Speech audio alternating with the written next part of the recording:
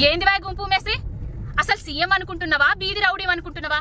నీ ప్రజా వ్యతిరేక చర్యలను ఎప్పటికప్పుడు ఎండగడుతున్న మహిళా జర్నలిస్టులు సరిత విజయాల మీద ఈ రోజు నువ్వేదైతే 100% చేసినా రుణం మాపి అని ఊదర కొడుతున్నావో నీ ఊర్లో జరిగిందా లేదా అనేది ప్రజలకు తెలియజేద్దామని వెళ్తే నీ వీధి రౌడీలు నీ గూండాలతోటి నీ అనుచరులతోటి వాళ్ళ మీదికి భౌతిక దాడులకు దిగి వాళ్ళ ఫోన్లు వాళ్ళ మైకులు లాక్కొని వాళ్ళ మీద దాడులు తిరిగినవంటే ఎంతటి హేయమైన చర్య!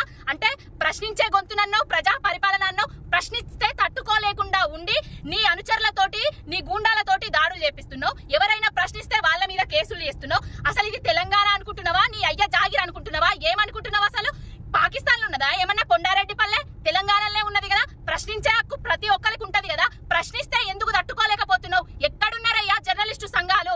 ఎక్కడున్నావమ్మా మహిళా కమిషన్ అమ్మా?